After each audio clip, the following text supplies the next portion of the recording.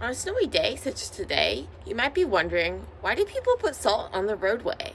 We do this because of a colligative property called freezing point depression. Don't worry, it's not as bad as it seems.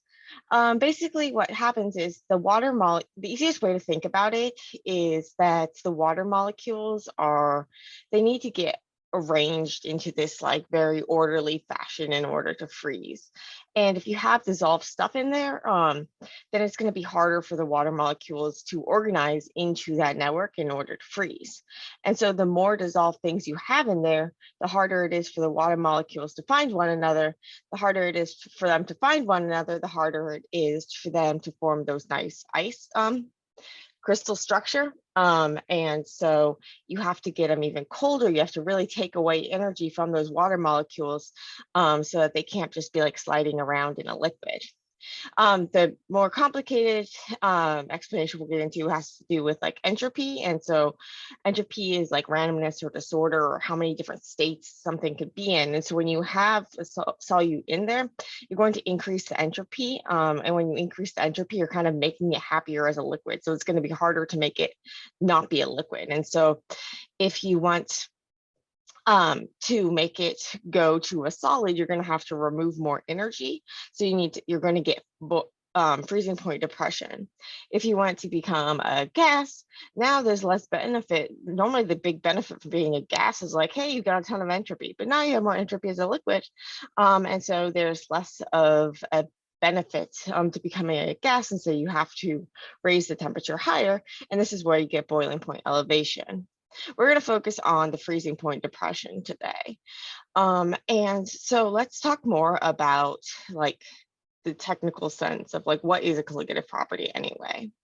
So a colligative property is something that depends on the number of dissolved particles and not the type of the particles. Notice that I'm using the word particle here because some things that you dissolve, so the thing that you dissolve is going to be your solute, and the thing that you dissolve them in is going to be your solvent. When you dissolve something, basically you're saying that each of them is going to get like a water coat.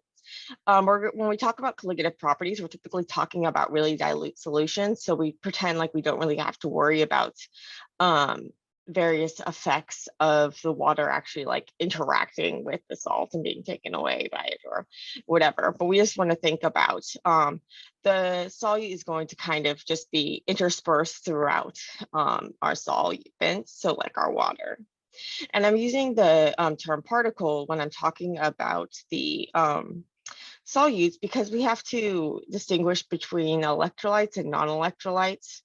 So basically an electrolyte is something that's going to dissociate when you dissolve it. And so by dissociate, we mean like kind of like come apart. And so we can look at sucrose. So sugar that contains glucose and fructose. So these like two monomers, and they're stuck together by this strong covalent bond. This is a type of bond that like is holding together all of these different molecules, like holding the actual molecules together. And so these bonds aren't just going to come apart if you dissolve them.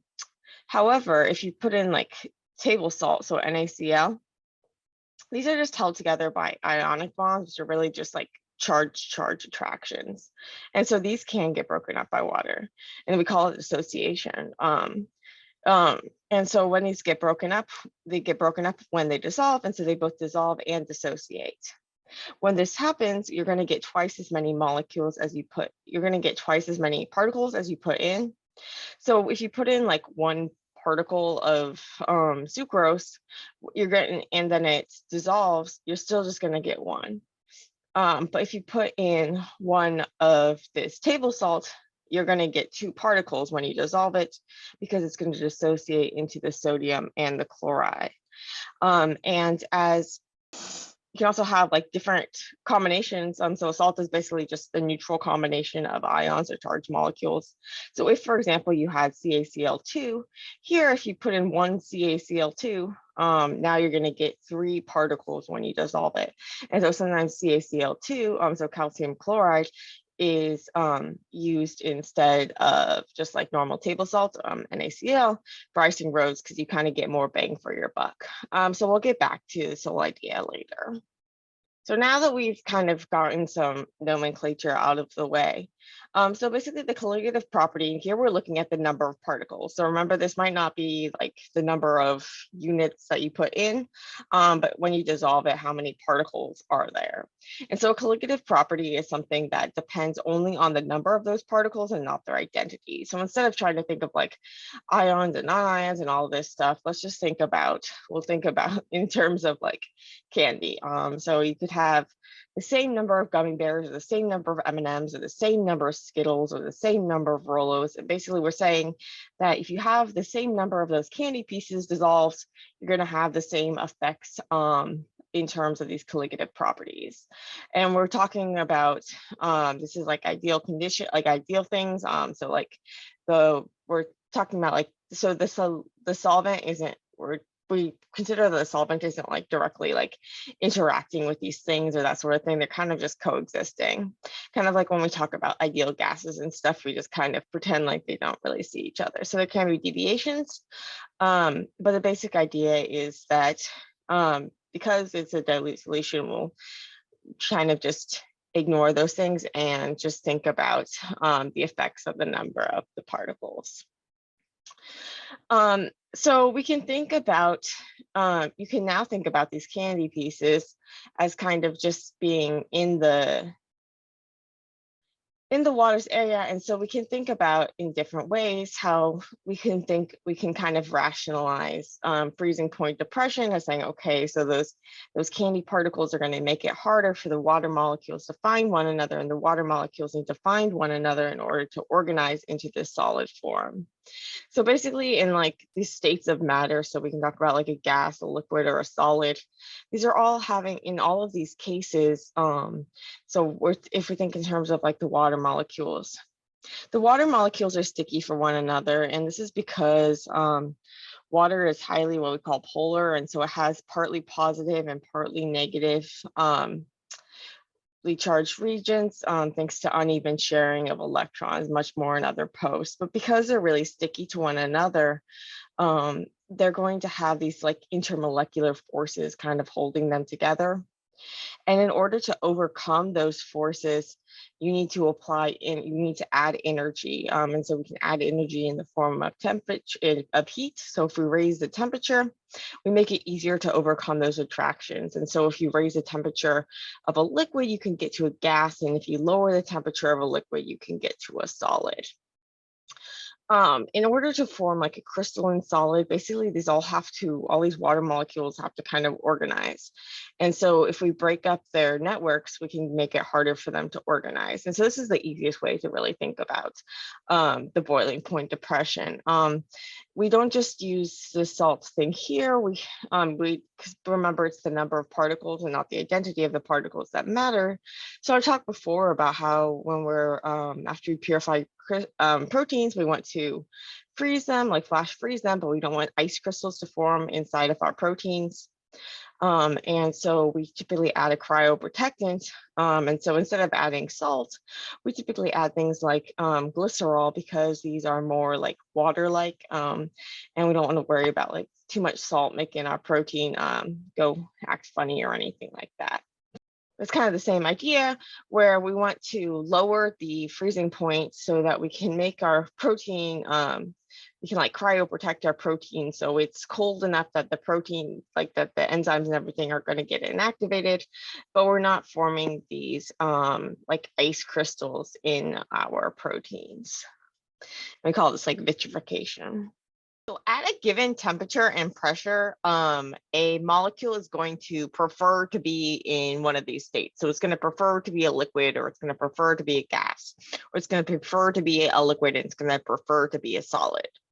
So a temperature is basically like an average measure of like kinetic energy of the molecule. So because it's an average and stuff, it's not like all of them are going to be at the boiling point at the same time, or all of them are going to be at the freezing point at the same time. But at that transition point, you're going to have like the transition point would be like the temperature at which like half of the molecules have enough energy to go that barrier. And so basically what's happening is that at each of these, when you're making when you're changing from a liquid to a gas or from a liquid to a solid. So basically the molecule is like, quote unquote, deciding that it likes to be one of these better. And how it decides this is the gives free energy, the difference in free energy between the different states. So we've talked about free energy before when we were talking about like reactions and stuff. And basically we can think about the free energy as kind of being like the molecules kind of like happiness or whatever. So and the negative free energy is like good. So if something has a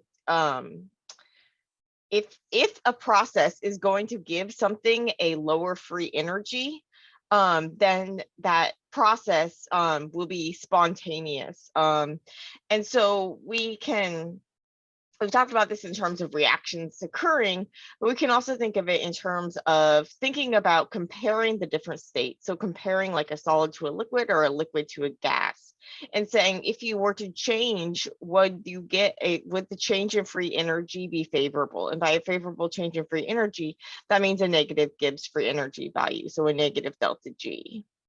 So where does this delta G come from? Well, it's going to come from the enthalpy and the entropy, and the entropy is going to be multiplied by the temperature, which is going to come in important. So enthalpy we're not really going to worry about here. So enthalpy has to do with like bond energies. And so we're just going to consider like an ideal solution where we don't have to worry about like the solvent and the solute actually interacting, and so we're not really worrying about the enthalpy, and we're not worrying about so we're not considering like what's actually happening. We're just comparing between like a solvent and a solvent with a solute and seeing what's the difference. So there's going to be a temperature and a pressure. So we're just going to consider, we're keeping the pressure constant, so we're just going to worry about the temperature. There's going to be a point at which the delta G is going to be 0. And so below this point, you're going to have, it's going to prefer to be in one state, and above the point, it's going to prefer to be in the other state. And then at that transition point, this delta G is going to be 0, which means there's not really like a preference. Like the molecule doesn't prefer one or another. And you have a dynamic equilibrium where molecules are going both ways type of thing. And so this point, but if you go above or below that, if you change the temperature, then you're going to change the free energy. And therefore you're going to have your water melt or your water freeze. And so, but where does this free energy come from? So again, it's coming from the enthalpy and the entropy. And so the entropy, we talked about that more earlier, but that's like randomness or disorder, or like the number of different states that something can be in. So if you take a water and you look at the water molecules and the various arrangements that they can take. If you add solute in there, now you're going to have a lot more different ways that those water molecules can be. So if you were to like go and look at it, it would seem like more random or disordered. And nature really likes for this randomness or disorder, this entropy. And so this like freedom. So if you're increasing the entropy, then you're going to make it happier. And so when you make something happier, you're going to decrease the Gibbs free energy. So when we add a solute, we're increasing the entropy. And now our question is, okay, so what effects is that going to have? Well, if we were to consider where would the delta G be 0? So where would we have that transition point? If we're thinking about going from a liquid to a solid, now we need to, and we're increasing the entropy. So normally the liquid is going to have more entropy than the solid. And now you're adding even more entropy. This is going to make it even less want to freeze. And how this is reflected is that if we're keeping a constant delta G, so we're looking at 0G, so we're looking at the phase transition point. If we make this change in entropy bigger, we need to make this temperature smaller so that this stays constant and this value doesn't change. So if we we need to decrease this temperature, and this is where we get our freezing point depression. So if we decrease the pressure to the temperature to the point at which we get 0, then we get our freezing point. And if we keep decreasing the temperature, then this is going to get more and more negative. So it's going to be more and more happy as a solid, and you're going to have the water is going to be frozen under that freezing point. What happens if we're talking about the other direction? So we have like our rings of entropy or whatever. So a gas, that's going to be like super entropic, like molecules moving all around. Then a liquid, they're kind of like sliding around, and a solid, they're like stuck put.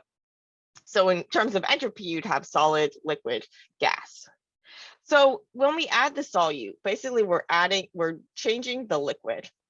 We're making it closer to a gas and further from a solid. So we need to decrease the temperature more to get to the solid. It's harder to make it go to a solid. But it's also going to be harder to make it to go to a gas, because now there's less of a benefit to going to a gas.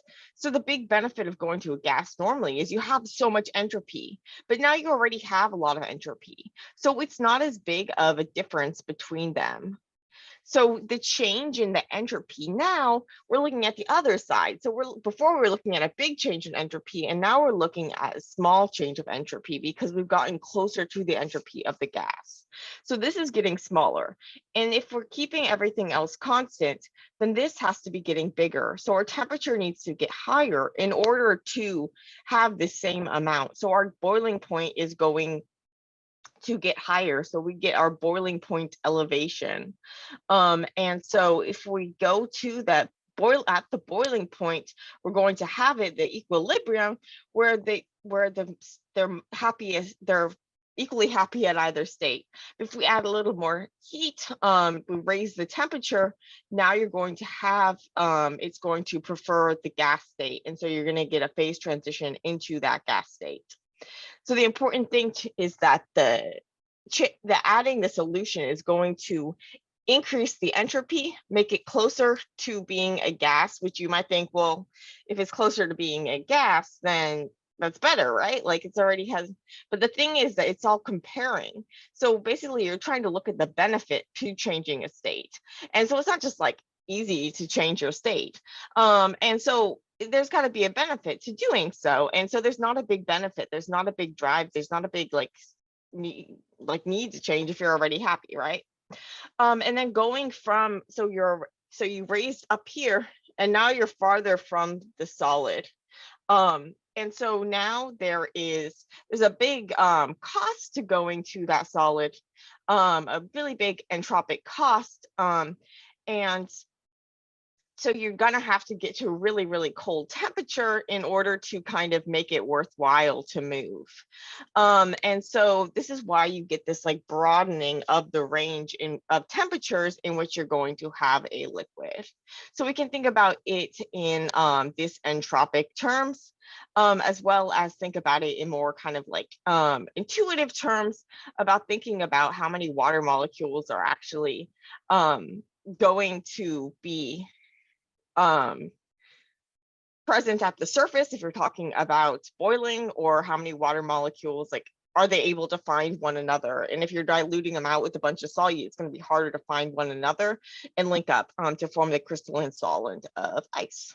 So let's look more closely at the idea of salt and the effects of salt on water.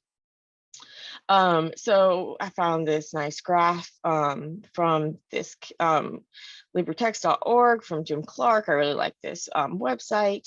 So in this graph, we have on the x-axis, we have increasing saltiness. So we're increasing the saltiness when we go to the right. And then on the y-axis, we have temperature. And so we're decreasing the temperature as we go down.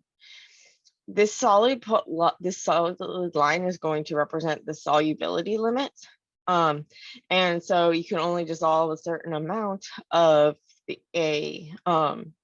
you can only dissolve like a certain amount of anything in a particular liquid, and there'd be different solubility limits for different solutes. But basically you can't just stick endless gummy bears in your water. And so if you are over the solubility limit, what's going to happen is that in addition to having this salt solution, you're going to also have just like undissolved solid salt. So here you have your salt solution as a liquid. If you are below the freezing point, then you are going to have a you're going to have ice plus the salt solution. And so when you have your ice formed, the salt is kind of going to get excluded from that. So you're going to end up with a salt solution plus some ice. And here would be where basically it's all solid salt and ice. So there's no, you don't have a solution, you just have all your waters frozen as ice, and then you have some solid salt. This is an important concept, is that when we think about like icing streets, basically what they do is they put like an ice slurry down. You need typically you need the ice, you need to have a salt solution, because when you're freezing, you're going to be excluding all of that salt. And so it's not like the salt's just going to seep into that your frozen ice. If you were to put down like solid ice base or solid salt, you're kind of counting on like road heat being able to kind of melt some of the ice or some of the snow to kind of allow it to form a liquid so that the salt can get in. And then once the salt gets into that liquid, you have the salt solution. It's going to make it harder to freeze. If you were to stick salt on top of like snow or on top of ice, then you're relying on cars kind of like crushing the salt into the snow and providing a little heat to kind of make a solution, or you're relying on the fact that you always have this equilibrium where some is melting and some is freezing and some is melting and some is freezing. And so because you have some melting, you have some chances for the salt to get in. But this is why you want to typically you salt your streets before it gets really cold, before it gets icy, to prevent that ice from forming, because the salt isn't just going to like magically melt ice, because you need the effects happen when you have this this salt solution, as opposed to just salt on top of ice or ice on top of salt. So what's going to happen? And it's why we have y-axis when we have this intercept. This is at 0 Celsius, and this is saying, okay, so below this line, you're going to have things are going to be frozen. So if you didn't have any salt, you would have a solid line all the way across here. As you add salt, you see that this line is going down. So you have more of the salt solution. So you have more of it in this liquid form and less of it in the solid form. So if you go cold enough, you're always going to have it all be just like solid salt plus ice. And so you have ice, and when it's freezing, it's excluding all of the salt. And so you're going to end up with salt plus ice. And so if you make it cold enough, even if you have the maximum amount of salt dissolved, you're still going to have ice. But above this limit, so here it's like minus 21.1 degrees Celsius, now you have some wiggle room. So initially, if you add salt, you're going to increase the amount that is still a liquid. So even though you at the same temperature where you would normally be freezing, now you're going to have more be a liquid. However, then what's going to happen is you're going to reach the solubility limit. When you reach the solubility limit, then it doesn't really matter if you add more salt. You are going to have the effects aren't going to increase, because after you pass that limit, you're not going to adding any salt isn't going to do anything to help, because that salt isn't going to dissolve. So over here, you're still going to have your salt solution, so you're not having the ice form until you get to this really low point, but the extra salt that you add is just going to be like solid salt, and it's not going to actually be dissolved into there. You'll see also that this line is at an angle, because at a higher temperature, you're able to dissolve more salt than at a lower, which is what you might have experienced this if you like heat something up in order to get something to dissolve better. So how much of an effect? So depending on the salt, on how much salt you add, or as well as like what kind of salt you add. So you're adding table salt where you have 2 particles when you dissociate, or calcium chloride where you would get 3 particles.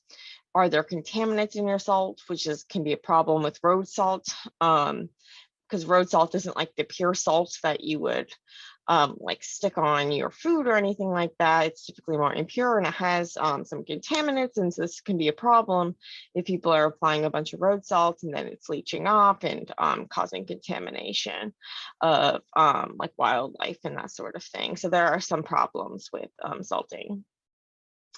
The salts can also cause like corrosion, and yeah, so there's various issues. You might also see people like sanding. So sanding is not going to affect the freezing point, because the sand isn't going to be dissolving in the water, which is good, or else like, well, oceans would be, yeah, like sludge, I guess. But anyway, the effect of the salt or whatever you have dissolved is going to have various effects. And so I found the source was saying, so basically with a 10% salt solution, so here we're talking about like NaCl, you get a freezing point of 20 degrees Fahrenheit or -6 Celsius.